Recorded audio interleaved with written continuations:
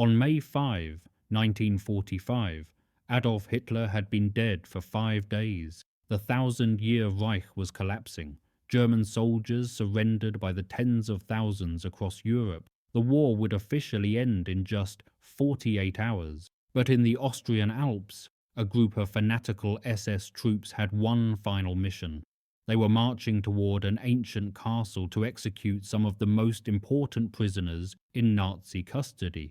2 former prime ministers of France, 3 generals who had commanded armies, a tennis champion who had won Wimbledon twice, the sister of Charles de Gaulle himself.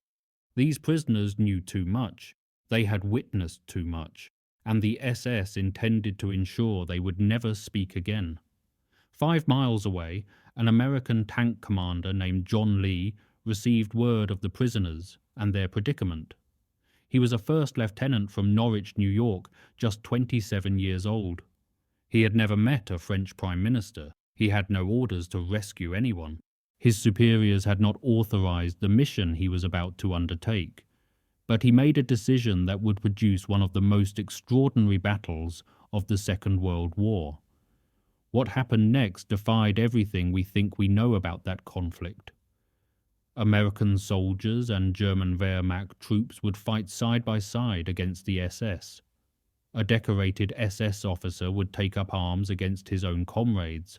French prisoners who had not spoken to each other in years would grab weapons and join the defense together, and a 46-year-old tennis champion would vault over a medieval castle wall and sprint through enemy lines to save them all. The SS believed the castle would fall within hours. They were catastrophically wrong.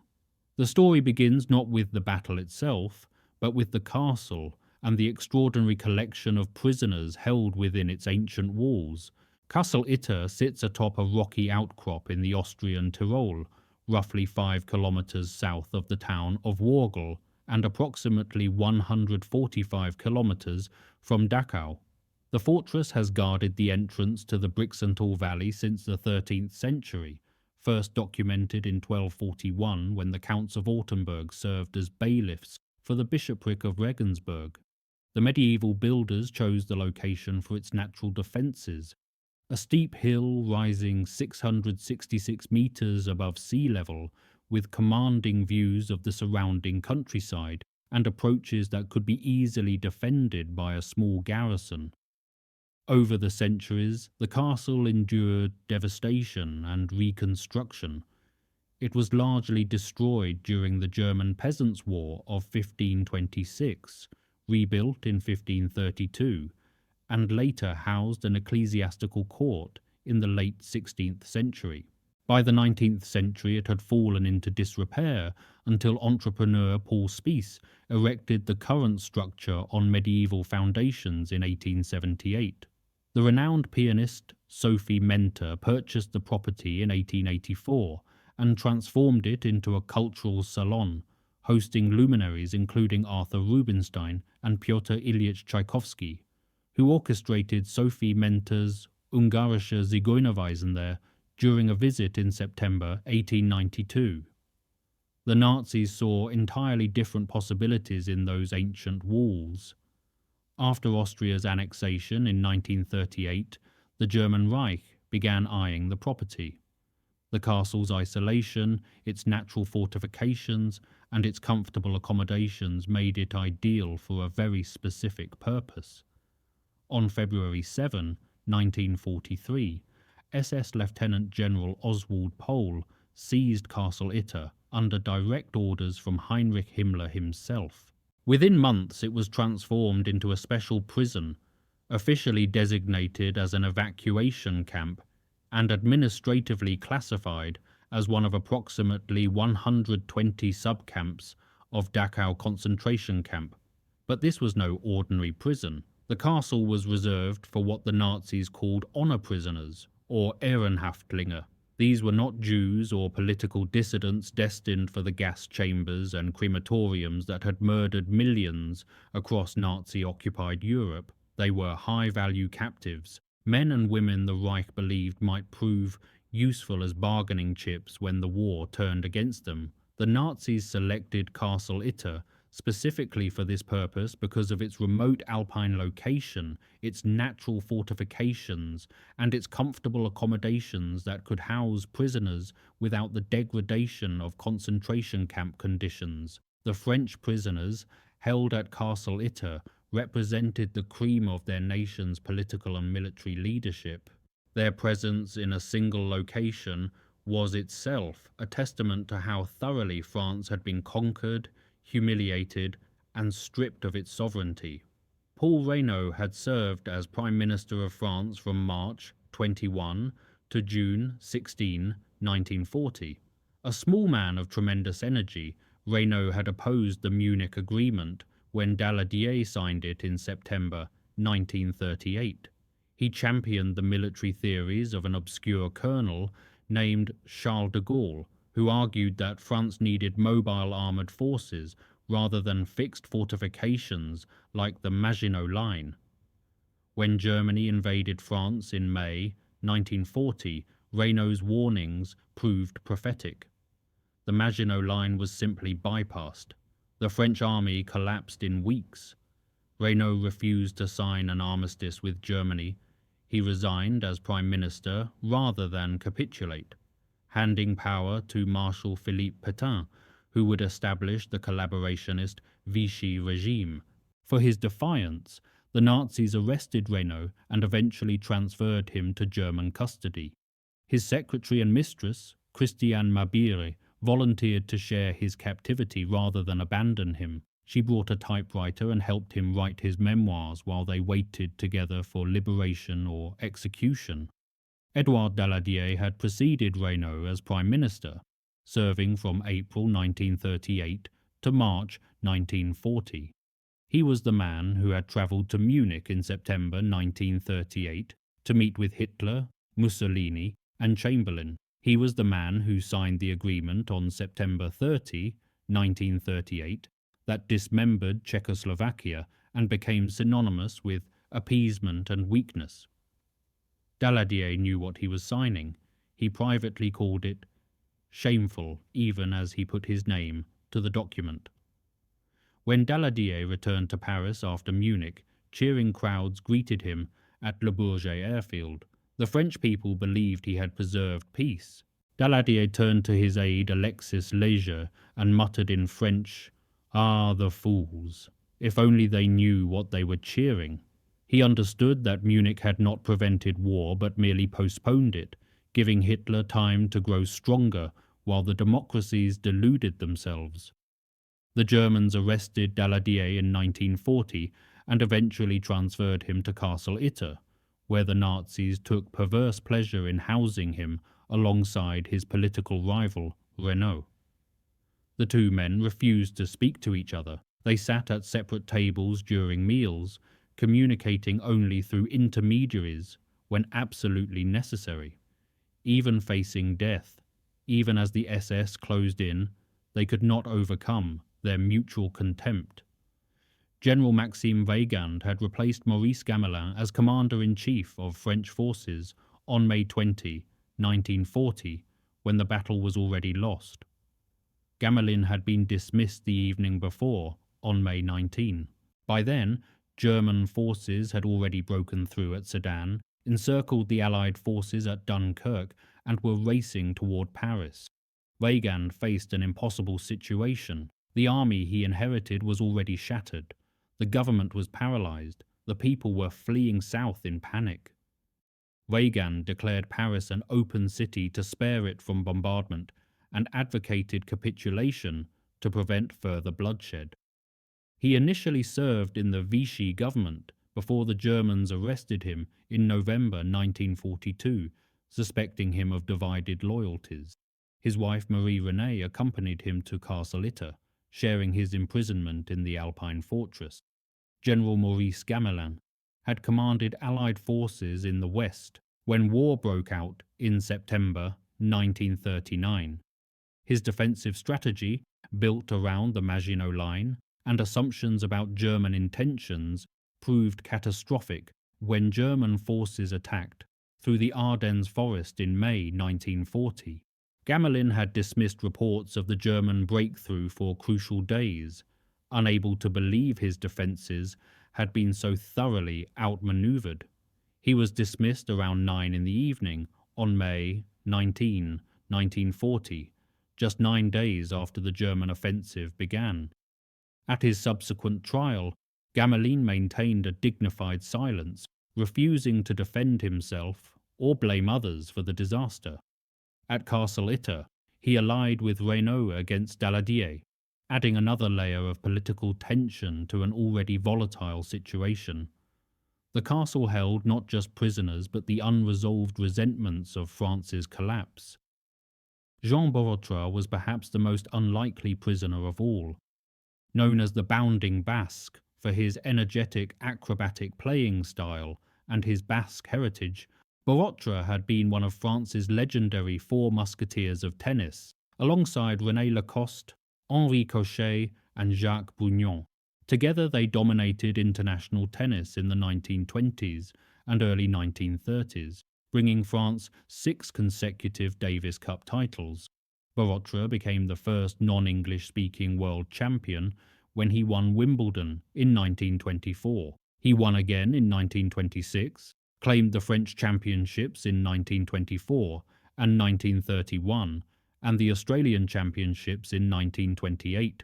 Famous for wearing his blue beret, the traditional Basque chapela, while playing, Borotra remained one of the most recognisable athletes in France. After his playing career, Borotra briefly served in the Vichy government as General Commissioner for Education and Sports before being dismissed by Pierre Laval in April 1942. The Gestapo arrested him in November 1942 while he attempted to reach Allied forces in North Africa. They interrogated him with truth serum and held him in solitary confinement for 6 months. René Lacoste contacted King Gustav V of Sweden to intercede on Borotra's behalf, and the king's intervention led to his transfer to Castle Itter rather than a concentration camp. At 46 years old, Borotra remained remarkably fit, a fact that would prove crucial in the hours ahead. Michel Clemenceau was the son of Georges Clemenceau, the tiger who had led France to victory in the First World War. The elder Clemenceau had been one of the most formidable political figures in French history, the man who rallied France when all seemed lost in 1917 and 1918. Michel had reconciled with his estranged father in 1914 when he enlisted for service in the Great War. Now he found himself imprisoned by the Germans his father had defeated. He spoke fluent German and served as translator between the prisoners and their captors. François de la Roque had led the Croix de Feu nationalist movement and founded the French Social Party, which by 1940 had grown to include between 600,000 and 800,000 members, making it the largest conservative mass party in French history. Initially associated with Vichy, de la Roque later founded a resistance network called the Clan Network, tied to British intelligence.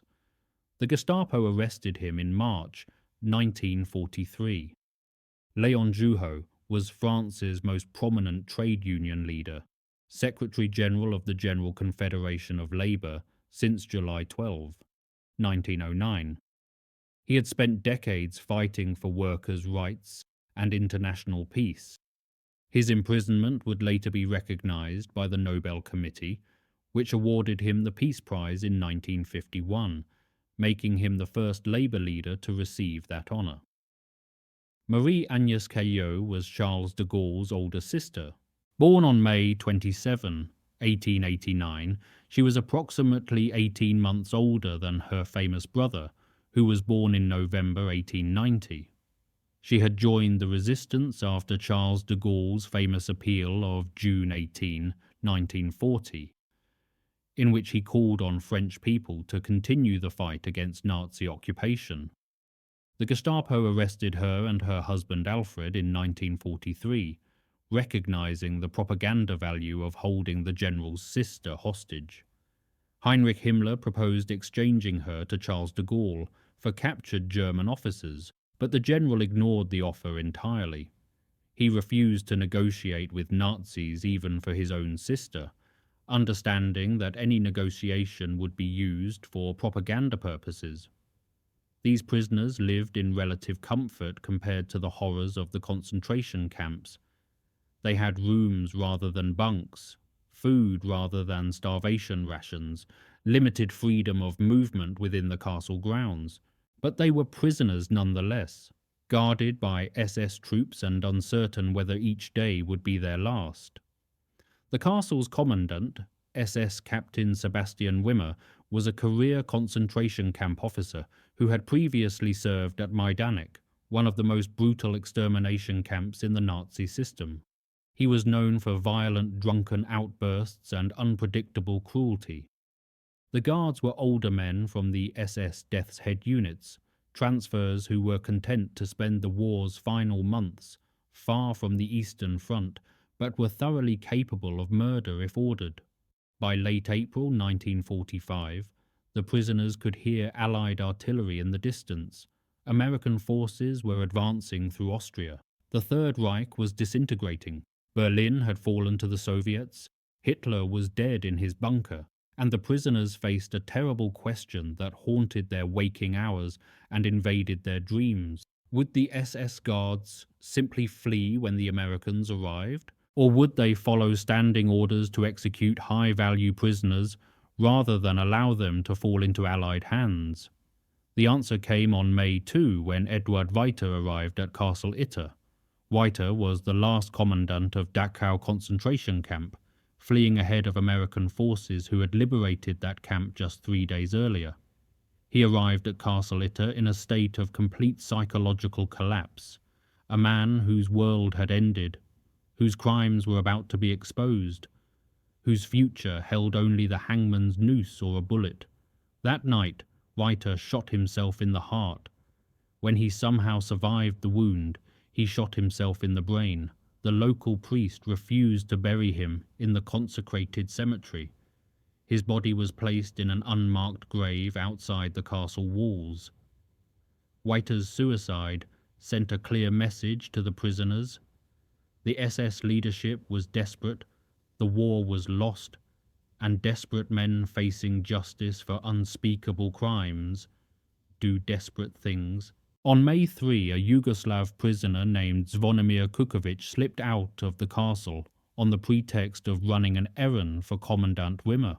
The castle's Croatian-born electrician, known to the other prisoners simply as Andrei, had been transferred from Dachau and understood what the SS were capable of.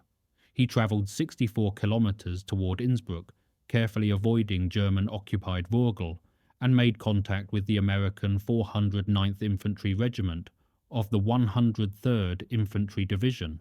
Kukovic told the Americans about the high-value prisoners at Castle Itter. He told them the SS guards were growing nervous as Allied forces approached.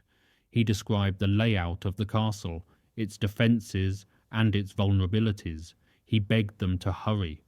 The Americans launched an armoured rescue at dawn on May 4. Tanks and half-tracks roared toward Castle Itter, but heavy German artillery fire near Jenbach forced them to turn back. The column had also strayed into the operational area of another division, creating command complications. The rescue was called off. The prisoners remained trapped. That same morning, something remarkable happened at Castle Itter. Commandant Wimmer abandoned the castle, taking his wife and fleeing into the mountains to escape capture by American forces.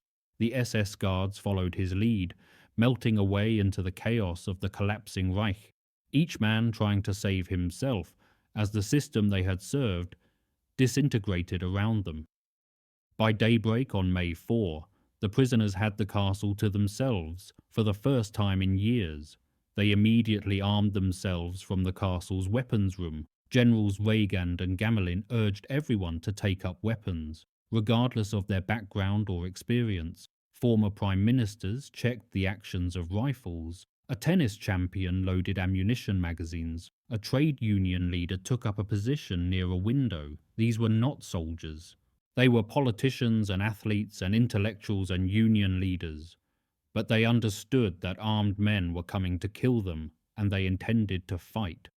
The castle's Czech cook, Andreas Krobot, volunteered to seek help. He climbed on a bicycle and rode toward the town of Worgl, where he had heard that German troops were negotiating surrender with local Austrian resistance fighters. What Krobot found in Worgl would change the course of the battle. Major Josef Gangl was not what you would expect from a German officer seeking to defect. Born in Obertraubling, Bavaria, on September 12, 1910, Gangl had served in the German army since 1928, joining as an 18-year-old and rising through the ranks as a professional artillery soldier. He fought in the Western Campaign of 1940, watching France collapse before the German advance. He participated in Operation Barbarossa, the invasion of the Soviet Union in 1941. He survived the Battle of Kiev and years of brutal combat on the Eastern Front. He endured Normandy after D-Day, the Falaise Pocket where German forces were nearly annihilated, and the Battle of the Bulge in the frozen Ardennes forest. Gangl earned the Iron Cross Second Class on August 20, 1941, the Iron Cross First Class on February 12, 1942, and the German Cross in Gold on March 8, 1945, just 2 months before the war's end. By any measure, he was a decorated combat veteran and a loyal German soldier who had served his country through the most terrible conflict in human history. But years of brutal warfare had shown Gangl the truth about the regime he served. He had seen what German forces did in the occupied territories. He had witnessed atrocities committed in the name of racial purity and German supremacy. He had watched young men die by the thousands for a cause that grew more obviously monstrous with each passing year. By the spring of 1945, he was completely disillusioned with Nazi ideology and everything it represented. When Gangl arrived in Worgl with the remnants of his unit, Kampfgruppe Gangl, in late April 1945, he made contact with the local Austrian resistance within days of his arrival. He provided the resistance fighters with weapons and ammunition from German stockpiles.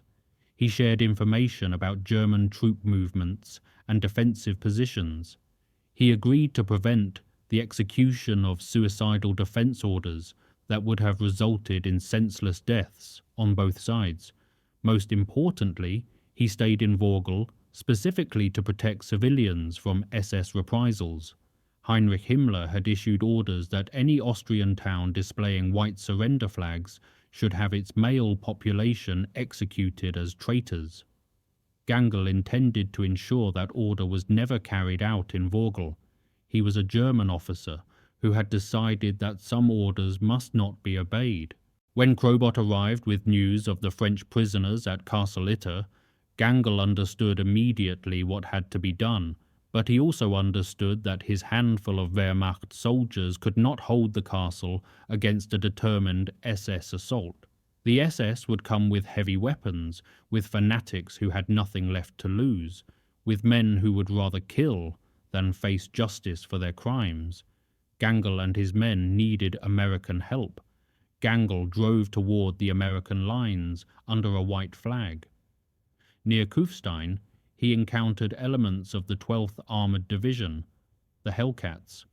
The 12th Armored Division had been activated on September 15, 1942, at Camp Campbell, Kentucky.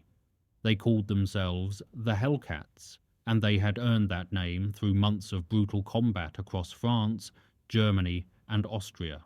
The division was one of only 2 armored divisions in the entire war to include integrated African-American combat companies, a distinction shared by just 10 divisions in the whole United States Army. These soldiers had proven themselves in battle repeatedly, fighting alongside their white comrades despite the official segregation policies that still divided the American military. Just days earlier, on April 27, the 12th Armored had liberated Landsberg concentration camp, a Dachau subcamp. The American soldiers had seen the skeletal survivors, the mass graves, the evidence of systematic murder on an industrial scale. They had seen what the Nazis were capable of. First Lieutenant John Lee commanded Company B of the 23rd Tank Battalion. Born on March 12, 1918 in Nebraska, Lee's family later moved to Norwich, New York. He graduated from Norwich High School in 1937 before attending Syracuse University for a year and then Norwich University Military Academy, where he was commissioned as an officer on May 11, 1942. He trained as an armor officer at Fort Knox, Kentucky, learning the tactics of armored warfare that would serve him well in the campaigns ahead, and deployed to Europe in late 1944. Lee had already proven himself in combat. At the Battle of Herlesheim in January 1945, he earned the Bronze Star Medal for the cool and aggressive handling of his platoon under fire. Army instructors had noted that he possessed a natural talent for soldiering and tactics. He was exactly the kind of officer who acted first and asked permission later. When Gangl explained the situation at Castle Itter, Lee volunteered immediately. He did not wait for orders from higher command. He did not calculate the risks or debate the wisdom of trusting a German officer. The army had trained him to seize initiative, to act decisively when opportunities presented themselves, and this was exactly the kind of situation where hesitation could cost lives. He simply gathered his men and prepared to move. There were French VVIPs who needed rescuing, SS troops who needed fighting, and not enough time to wait for authorization from headquarters. Lee understood what the rescue would require. The route to Castle Itter passed through territory still contested by German forces.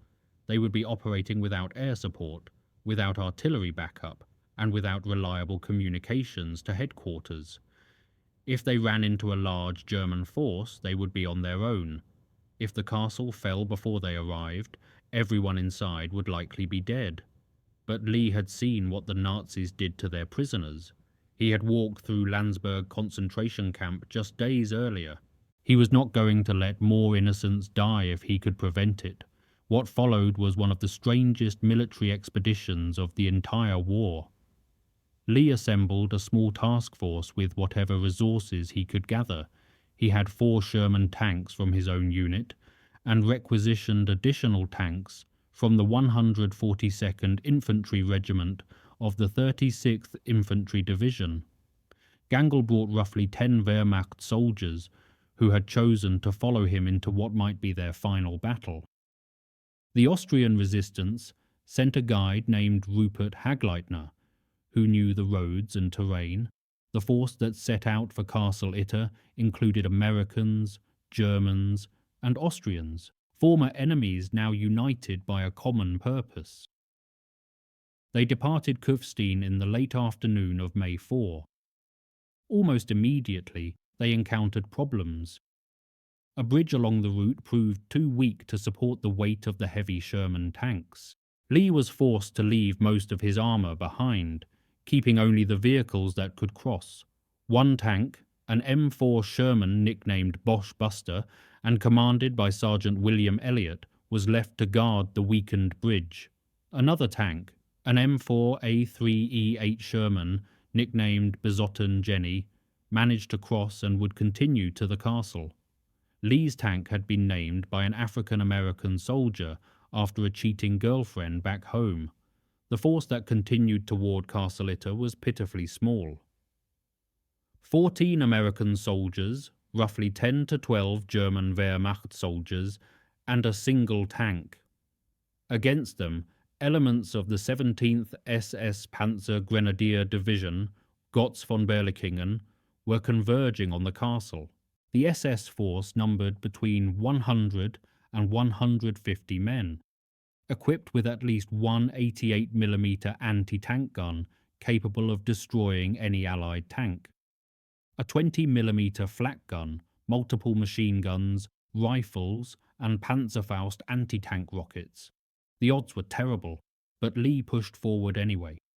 6 kilometers from Castle Itter, Lee's task force encountered an SS roadblock. The Americans and Germans attacked together, their combined fire so unexpected that the SS troops abandoned their position and fled into the woods rather than stand and fight. It was one of only 2 documented instances in the entire Second World War where Wehrmacht and American soldiers fought side by side against a common enemy. The expedition reached Castle Itter at dusk on May 4. Lee immediately began organizing the defense with the eye of a trained tactician. He positioned his men along the castle walls and at the loopholes in the medieval fortifications, giving each defender a clear field of fire.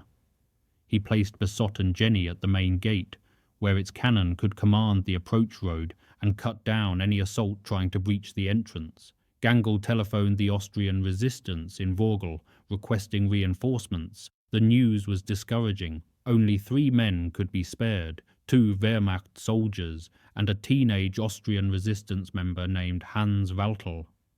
They would arrive during the night, bringing the defensive force to its final strength.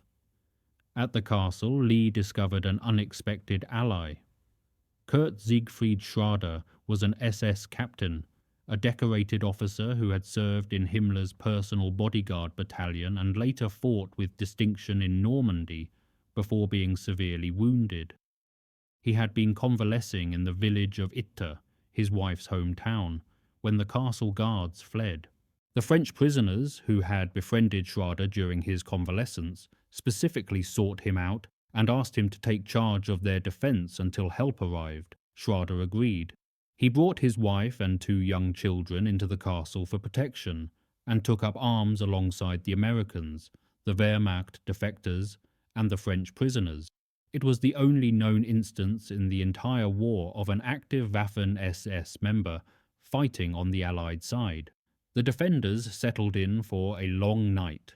Their force now included 14 Americans, roughly a dozen Germans, the teenage Austrian, the SS officer with his family, and the French prisoners who had armed themselves with weapons from the castle armory.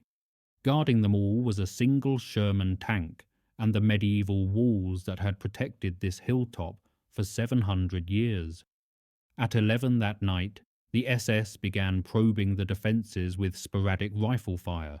Shots cracked out of the darkness, testing the defences, searching for weak points. The defenders held their fire and waited, conserving ammunition they would need when the real assault began.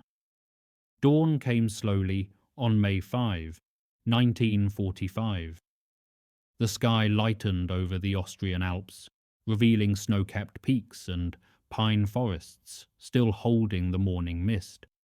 In the distance, the prisoners could still hear the rumble of artillery as the war ground toward its inevitable conclusion.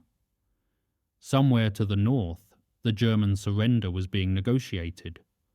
Somewhere to the east, Soviet forces were consolidating their hold on Berlin. The Third Reich had perhaps 48 hours left to exist, but none of that mattered at Castle Itter. The SS troops converging on the castle did not care that the war was lost. They were fanatics, true believers in an ideology that demanded blood even in its final moments. They had been trained to kill, and they intended to carry out their mission regardless of what was happening elsewhere. For them, the war would not end until every enemy was dead or they themselves had fallen.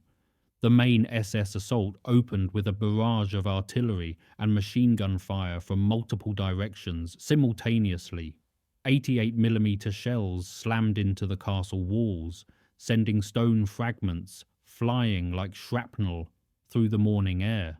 Machine gun rounds cracked through windows and ricocheted off ancient stone. The defenders returned fire from the loopholes and windows, but they were badly outnumbered and outgunned. One of the first artillery rounds struck the room where General Gamelin had been sleeping. By pure chance, he had moved to a different location just moments before impact. The blast would have killed him instantly. The shell sent debris cascading through the corridor where he had walked minutes earlier. Schrader's wife was struck by collapsing bricks when another round hit the tower, where the family had taken shelter. Though injured, she would survive. Their young children huddled in the basement of the keep, listening to the sounds of battle echo through the ancient stones above them. Then disaster struck at the main gate. An 88mm round hit Besotten Jenny squarely. The shell penetrated the Sherman's armour and ignited the fuel tanks. The crew barely escaped through the hatches before the tank exploded, sending flames and black smoke billowing into the morning sky. The defenders watched their only heavy weapon burn, knowing the SS gunners would now turn that deadly 88 toward the castle itself. Lee grabbed the field telephone and called the 142nd Infantry Regiment, desperately requesting reinforcements. He managed to relay his position and situation before the SS cut the telephone line somewhere outside the castle walls. He could only hope the message had gotten through that somewhere American tanks were already rolling toward Castle Itter. The battle raged through the morning hours. The French prisoners, to Lee's astonishment and admiration, refused his order to hide in the castle keep, where they would be protected from the fighting. They grabbed weapons and joined the defense instead. General Weygand, 77 years old and a veteran of 2 world wars, helped Lee man a 30 caliber machine gun, feeding ammunition belts as the young American fired burst after burst at advancing SS troops. Former Prime Minister Reynaud positioned himself at a window with a German MP-40 submachine gun, targeting SS soldiers advancing through the trees below. These were not soldiers. They were politicians and diplomats and athletes and intellectuals, but they fought with the desperation of men who knew what capture by the SS meant. Then Major Gangl spotted movement near one of the windows on the upper floor. An SS sniper had worked his way into position with a clear shot at Paul Reynaud, who was exposed as he fired at the attackers below. Gangl saw the danger before Reynaud did. He threw himself at the former Prime Minister, tackling him to push him out of the line of fire. The sniper's bullet, a 7.92mm Mauser round, struck Gangl instead. Josef Gangl, the German officer who had turned against the Nazis to save innocent lives, died on the floor of Castle Itter with the man he had just saved beside him. He was 34 years old. He was the only defender to die in the battle. A German major had given his life to save a French prime minister who had led his nation against Germany just 5 years earlier. By midday, the situation inside the castle was desperate. Ammunition was running critically low. The telephone line was cut. Relief had not arrived. The SS had brought up reinforcements and were closing in from multiple directions, probing for a weak point in the medieval defences. It was only a matter of time before they found one. Jean Borotra, the bounding Basque, volunteered for what seemed like a suicide mission. The 46-year-old tennis champion proposed slipping out of the castle and running through SS lines to guide the American relief force to their position. It was apparent madness. The woods surrounding the castle were filled with enemy soldiers. Machine gun positions covered the approaches. Borotra had not played competitive tennis in years. He was a middle-aged man volunteering to outrun bullets fired by trained soldiers. But Borotra had spent his entire adult life as an athlete. He understood that sometimes the only way through is forward. He understood that waiting meant certain death for everyone in the castle, and he understood that he possessed skills, speed, and agility, and quick thinking that might give him a chance where others would have none. During a brief lull in the firing, Borotra slipped through the castle defences. He reached the outer wall, climbed it, and vaulted over into the open ground beyond. Then he sprinted across 40 yards of exposed terrain before disappearing into the trees, his legs pumping, his lungs burning, running for his life and the lives of everyone he left behind. The SS saw him. They fired at him. Bullets cracked through the air around him, snapping branches and kicking up dirt. But Borotra was faster than they expected. He ran through enemy positions, dodging patrols, using every ounce of athletic ability he had developed over decades of world-class competition. The man who had bounded across tennis courts in Paris and London and Melbourne now bounded through an alpine forest with German soldiers trying to kill him. Borotra covered roughly 8 kilometers through hostile territory controlled by SS troops. When he finally reached American lines, he was exhausted, gasping for breath, but triumphantly alive. He found elements of the 142nd Infantry Regiment already preparing to move toward Castle Itter. Lee's telephone message had gotten through. Borotra requested an American military uniform, helmet and weapons. He was not content to wait safely behind friendly lines while his fellow prisoners fought for their lives. He intended to go back. The relief force that set out for Castle Itter included tanks, half-tracks, and infantry from the 142nd Infantry Regiment. Leading the way, wearing American Army clothes and carrying an American rifle, rode Jean Borotra, the tennis champion turned resistance runner turned combat soldier. Back at Castle Itter, the defenders were down to their last rounds of ammunition. The SS had breached sections of the outer defences and were pushing toward the main castle building. Lee prepared his men for a final stand, knowing they could not hold much longer without reinforcement or resupply. Then a German soldier positioned in the castle shouted 2 words that echoed through the corridors and changed everything: Amerikanische Panzer, American tanks. The relief column roared up the winding road to Castle Itter around 4 in the afternoon. Sherman tanks and half-tracks filled with infantry crashed through the remaining SS positions. The Germans, caught between the castle defenders and the arriving American armour, broke and fled. Some threw down their weapons and surrendered. Others melted into the forest, hoping to escape in the chaos. Within hours, roughly 100 SS soldiers had been taken prisoner. The battle was over. The French prisoners were safe, and one of the strangest engagements of the entire Second World War had ended in victory for the most unlikely alliance imaginable. Major Josef Gangl was buried in the cemetery at Vorgl, the Austrian town he had stayed to protect. His grave bears an inscription honouring him as a resistance hero who died protecting the innocent. A street in Vorgl, Sepp Gangl Strasse, bears his name today. Though he was German by birth, a Bavarian who had served the Wehrmacht for 17 years, Austria honours him as a national hero. He was a man who chose conscience over orders in the war's final hours, and paid for that choice with his life. First Lieutenant John Lee received the Distinguished Service Cross for extraordinary heroism, the second highest military decoration, awarded by the United States Army. The citation praised his initiative, boldness, courage, resourcefulness, and outstanding qualities of leadership. He was promoted to captain at the end of May 1945, after the war in Europe had ended.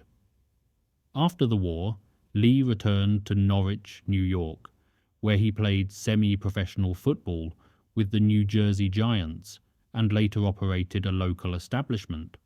When asked about Castle Itter years later, he offered a characteristically understated response.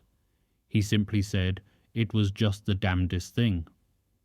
John Lee died at Chenango Memorial Hospital on January 15, 1973, at age 54. He is buried at St. Paul's Cemetery in Norwich. The French prisoners were evacuated to France within days of the battle, reaching Paris by May 10. Paul Reynaud served in the French government again, helping draft the Constitution of the Fifth Republic. He married Christiane Mabire, his faithful companion through years of imprisonment, in a ceremony at Versailles in 1949. He died on September 21, 1966 at age 87. Édouard Daladier returned to politics, serving as a deputy until 1958 and as president of the Radical Party. He served as mayor of Avignon. He and Reynaud never reconciled their differences. Daladier died in Paris on October 10, 1970, at age 86. General Weygand was briefly arrested as a collaborator after the war, accused of working too closely with the Vichy regime. He was released in 1946 and fully rehabilitated in 1948. He died on January 28, 1965, at the remarkable age of 98. General Gamelin lived in solitude after the war, declining to defend his reputation or explain the decisions that had led to catastrophe. He published his memoirs. In January 1958, he suffered a fall that led to complications, and he died on April 18, 1958, at age 85. Jean Borotra continued playing tennis into his later years with the same energy that had earned him his famous nickname. He competed in veterans events well into his 80s. In 1976, he was inducted into the International Tennis Hall of Fame alongside his fellow Four Musketeers. At the 100th anniversary Wimbledon tournament in 1986, the 87-year-old Borotra presented a trophy on centre court as the oldest living gentleman's singles champion. He died on July 17, 1994, at 95 years old, and was buried at Arbonne. Léon Jouhaux won the Nobel Peace Prize in 1951 for his lifetime of work promoting social justice and international cooperation. He was the first Labour leader to receive the Peace Prize. He held his position as Secretary General of the CGT until 1947. He died in April 1954. Marie-Agnès Caillot, Charles de Gaulle's sister, wrote a memoir about her experiences. She died on March 25, 1982 in Boulogne-Billancourt at age 92. Kurt Siegfried Schrader, the SS officer who had fought alongside Americans and French prisoners against his own comrades, was arrested after the war and charged with Nazi Party affiliation. He received a sentence that was shortened in recognition of his actions at Castle Itter. He died in the mid-1990s. Castle Itter itself remains standing in the Austrian Alps, privately owned and not open to the public. Visitors who make the journey find private property signs and a small information board near the bridge entrance explaining the history. The medieval walls and 19th century additions survive, silent witnesses to one of the war's most improbable days. The Battle of Castle Itter has been called the strangest battle of the Second World War, a description that fails to capture its full significance. In the final hours of history's most destructive conflict, when hatred and vengeance might have been expected to reign supreme, a group of men from opposing nations chose a different path. They chose to fight together, to protect the vulnerable, to risk their lives for people they had never met. Stephen Harding, editor-in-chief of Military History magazine, wrote a comprehensive account called The Last Battle, published in May 2013, that brought the story to a wider audience for the first time. Harding spent years researching the battle, interviewing survivors and their families, and piecing together the remarkable sequence of events. The Swedish heavy metal band Sabaton immortalized the engagement in their song The Last Battle on their 2016 album The Last Stand, ensuring that a new generation would learn about these events. The battle was one of only 2 documented instances during the entire conflict where American and German soldiers fought together against the SS. The other, Operation Cowboy, occurred on April 28, 1945, just 1 week earlier, when Americans and Wehrmacht troops cooperated to rescue Lipizan horses from a stud farm in Czechoslovakia. For a few hours on May 5, 1945, the categories that had defined 6 years of war dissolved entirely. Americans and Germans were no longer enemies trying to kill each other. An SS officer fought against his own organization. French politicians who blamed each other for their nation's humiliation stood shoulder to shoulder with rifles. A tennis champion ran through bullets because someone had to try. Josef Gangl did not have to die protecting Paul Reynaud. By every measure of wartime logic, he should have let the sniper take his shot. Instead, he gave his life for a man who had been his enemy, proving that courage and conscience can transcend the machinery of war. That is the legacy of Castle Itter, not victory or defeat, but the reminder that individuals can still choose humanity over hatred, even in the darkest hours. If you found this story compelling, please take a moment to like this video. It helps us share more forgotten stories from the Second World War. Subscribe to stay connected with these untold histories. Leave a comment below telling us where you are watching from. Our community spans the globe, from veterans and their families to history enthusiasts discovering these stories for the first time. Thank you for watching, and thank you for keeping these stories alive.